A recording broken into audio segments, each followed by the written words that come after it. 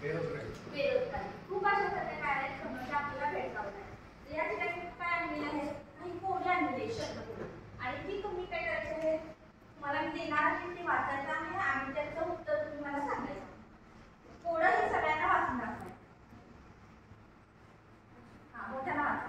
सरली सुरेख थंडी फोफावला उन्हाळा संतप्त सूर्य आता ओकेल तप्त ज्वाळा पक्षी दिशांना फिरतील ते हव्यांनी सुटतील कंठ त्यांचे मग शोधतील पाणी.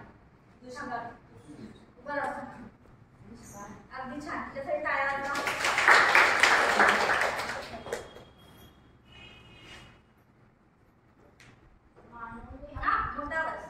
मानव ने अपनाई एक ऐसी जीवन शैली साफ सुथरी नदियां भी हो रही है मैली. Very good. हा काय शास्त्रीय शब्द आहे जल प्रदूषण. त्यासाठी काय वाजवा.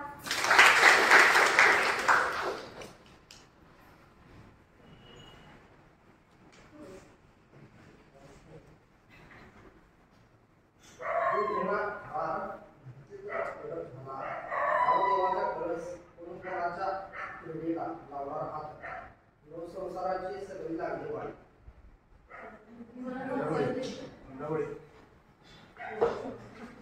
जीव घेण्या टिंबटिंबचा जीव केला छळात धरतीत कडक झाला गाव देवाचा सळस कोण कुणाच्या प्रीतीला लावणार हात नव संसाराची सगळी लागली वाट.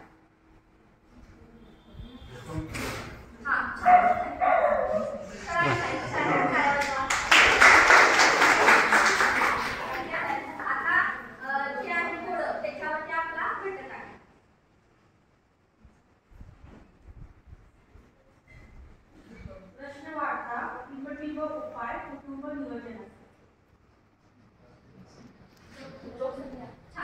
प्रश्न वार्ता लोकसंख्येचा उपाय आहे कुटुंब नियोजन. तर आज आपण जो घटक पाहणार आहोत तो कोणता घटक आहे लोकसंख्या. मी म्हणते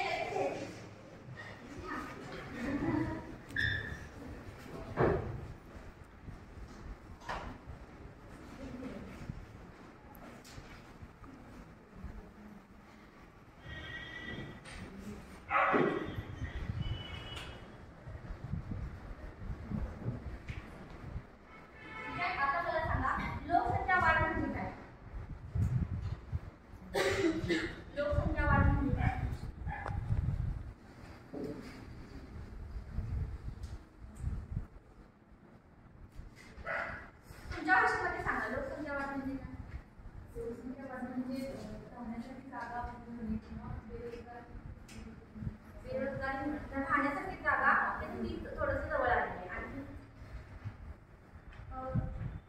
घटना असते ठरवलेली घटना आहे त्याच्यापेक्षा जास्त बरोबर आहे. प्रति 14 मीटर प्रत्येक व्यक्तीला जागा दिलेली असते ठरवून त्यापेक्षा जास्त त्या ठिकाणी त्या एरियामध्ये लोक झाली त्याला काय म्हणतो आपण लोकसंख्या वाढ असं म्हणतो.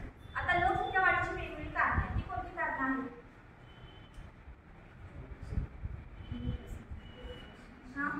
कुटुंब नियोजन. कुटुंब नियोजन नसते. बरोबर. अशिक्षितपणा म्हणजे काय कमी मुलगीच्या अपेक्षा. Very good. छान आहे. कारण बरोबर आहे. मुलगीच्या अपेक्षेसाठी काय केलं जाते लांबड लावली जाते. सासू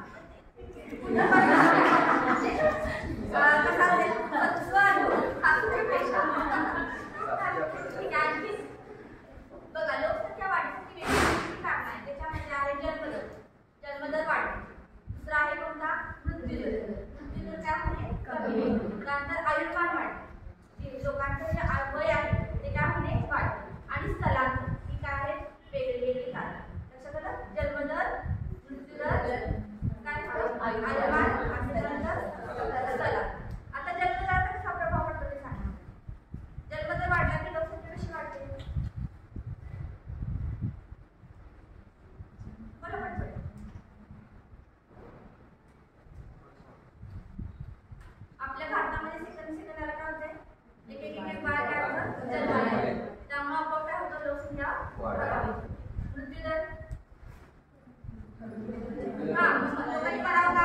नाही, मग काय केलं पाहिजे? मृत्यूदरावर कसा प्रभाव पडतो ते सांगा ना. कमी झालेला आहे. त्यानंतर सरासरी आयुमान ते कशामुळं? आरोग्य सुविधांमुळे काय झालेलं आहे? सरासरी आयुमान सुद्धा काय झालेलं आहे? वाढलेलं आहे. आणि स्थलांतराचं उदाहरण सांगा. अगदी छान. शहरीकरण काय होते? गावातील लोक शहरामध्ये नोकरी करण्यासाठी येतात आणि त्यामुळे काय होतं? लोकसंख्या ही प्रभावित होते. ठीक आहे. आता या ठिकाणी मी काय केलं करणार आहे? तुम्हाला मी काही लेख आणलेले आहेत. ते लेख काय करायचे? तुम्ही वाचायचे आहे आणि मला त्याच्यात एक 5 मिनिटामध्ये त्यातलं काय तुम्हाला करायचं सांगा. काही रिसर्च पेपरसाठी त्यामध्ये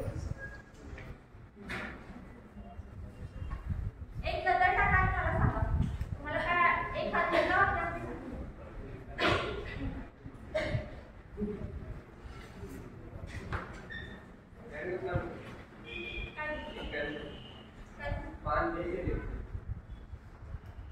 वाचायची खूप आवड आहे.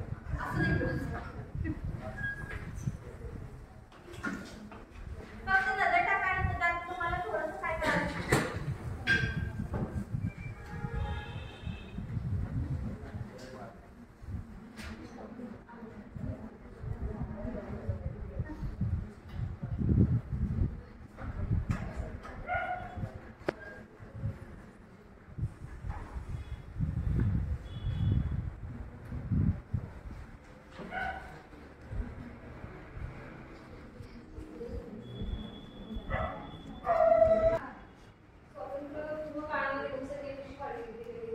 अगदी छान. काय झालं? स्वातंत्र्य मिळालं आणि त्याच्यानंतर काय झालं? लोकसंख्या अचानकच वाढली. हे तिनं काय केलंय? त्या लेखांना शोधून काढलेलं आहे. इकडे झालं. जे त्याला काही लिहिलं होतं त्याच्यामध्ये काय केलंय? कुठला उपाय एखादा तुला वाचलेला? लक्षात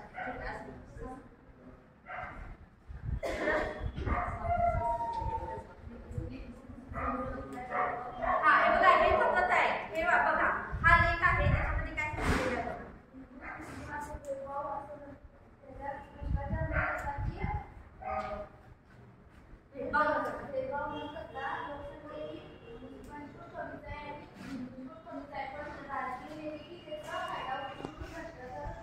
बरोबर आहे. छान. आपल्या देशामध्ये काय झालेलं आहे? मुस्लिमांमुळे लोकसंख्या वाढते.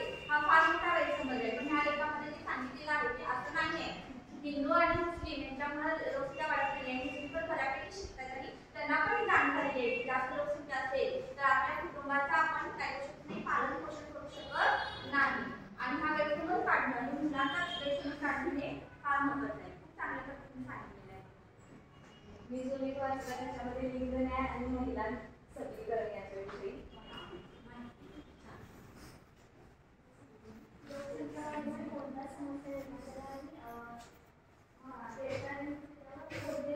उपाय केली पाहिजे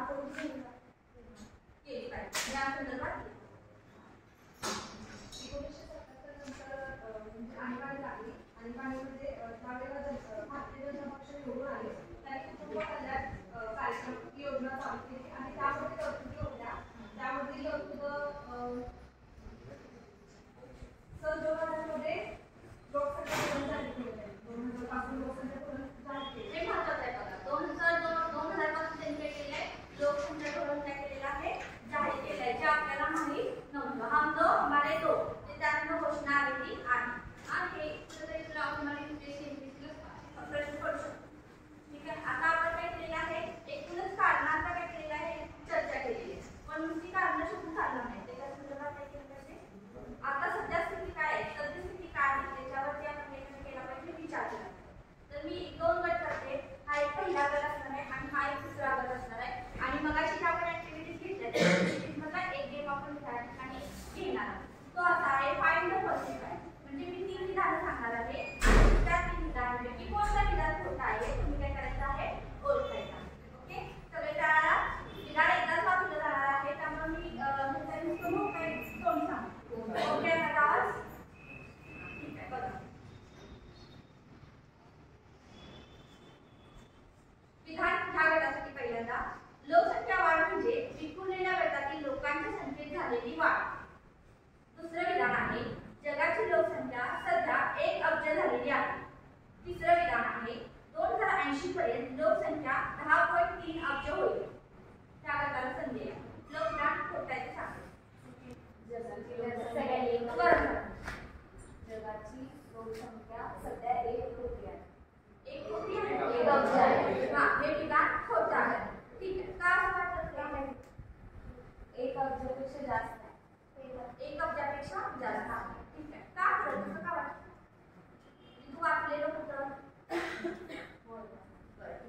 बघा मी तिसरं विधान काय केलेलं आहे 2080 पर्यंत लोकसंख्या 10.3 अब्ज होईल. मग 1 अब्ज कुठं आणि 10.3 अब्ज कुठं यामध्ये कुठेतरी 3 रन सुचले म्हणजे दोन्हीपैकी एक विधान काय असणार आहे खोटं असणार आहे. त्यातलं विधान मी 2 नंबरचं काढलेलं आहे. आता सध्याच्या घडीला 8 अब्ज काय आहे आपल्या पूर्ण जी काय आहे लोकसंख्या. ठीक आहे त्याच्यासाठी टाळ्या होतात. इकडे बघा तुमच्या गटासाठी आहे थॉमस मॅककून यांच्या मते प्रजनन क्षमतेत वाढ झाल्यामुळे लोकसंख्या वाढ झाली. वैद्यकीय प्रगतीमुळे लोकसंख्या वाढ झाली आहे आणि कृषी उत्पादकतेमुळे लोकसंख्या वाढ झाली आहे. प्रजनन क्षमतेत वाढ झाल्यामुळे लोकसंख्या वाढ झाली. वैद्यकीय प्रगतीमुळे लोकसंख्या वाढ झाली आहे. कृषी उत्पादकतेमुळे लोकसंख्या वाढ झाली. कृषी उत्पादकतेमुळे लोकसंख्या वाढ झाली. हे विधान चुकीचं आहे. तर थॉमस मॅककून यांच्या मते मृत्यूमध्ये घट झाल्यामुळे लोकसंख्या वाढ झालेली आहे आणि पहिलं विधान काय आहे खोटं आहे. कोणतं पहिलं विधान होतं प्रजनन क्षमतेत वाढ झाल्यामुळे लोकसंख्या वाढ झालेली आहे. हे विधान काय आहे चुकीचं आहे. मृत्यूमध्ये घट झाल्यामुळे काय झालेलं आहे लोकसंख्या वाढ झालेली आहे.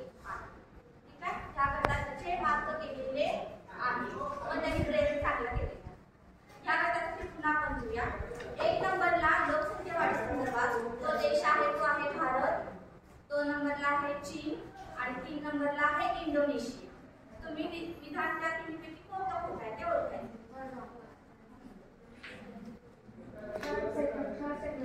थर्ड विधान त्यांचं म्हणण्याचं कोणतं आहे इंडोनेशिया म्हणजे त्यांच्या दृष्टीने दुसरा देश आहे. त्यांच्यासाठी टाळ्या वाजवा. तिसऱ्या नंबरला जो देश आहे तो आहे United states of America. Okay आता तुमच्याकडे तिसरा प्रश्न आहे लोकसंख्येने देशाच्या प्रगतीला पुढील प्रमाणे रोखले आहे. एक आहे संसाधनांवर दबाव, शहरीकरणात वाढ आणि वाढती गरिबी. लोकसंख्येने देशाच्या प्रगतीला पुढील प्रमाणे रोखले आहे. संसाधनांवर दबाव, शहरीकरणात वाढ आणि वाढती गरिबी. राहणीमानात वाढ, संसाधनांवर दबाव, राहणीमानात वाढ आणि वाढती गरिबी.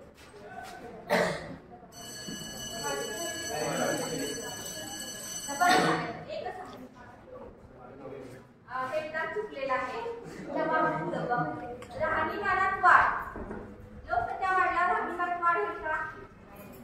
राहणीमान वाढ होईल का लोकसंख्या वाढल्यावर? माझ्या घरात जर 10 लोक असतील तर मी त्यांची चांगल्या पद्धतीनं राहणीमान देऊ शकते का? स्टेटस, 4 व्हीलर गाडी किंवा बंगला नाही देऊ शकत. तेच माझ्या घरात 4 लोक असतील तर मी चांगल्या पद्धतीनं त्यांना स्टेटस देऊ शकते. म्हणजे राहणीमानात घट होते. लोकसंख्या वाढ झाली की काय होते राहणीमानात घट होते.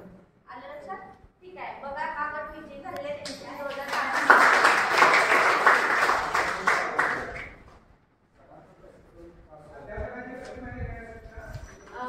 ठीक आहे. आता काय करायचं आहे लोकसंख्येवरचे जे विविध उपाय आहेत ते मला सांगा.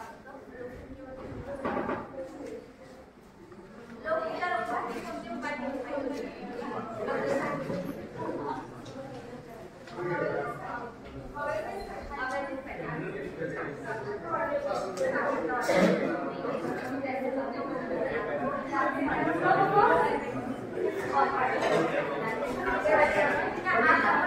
अरे थांब की चालू आहे मरता.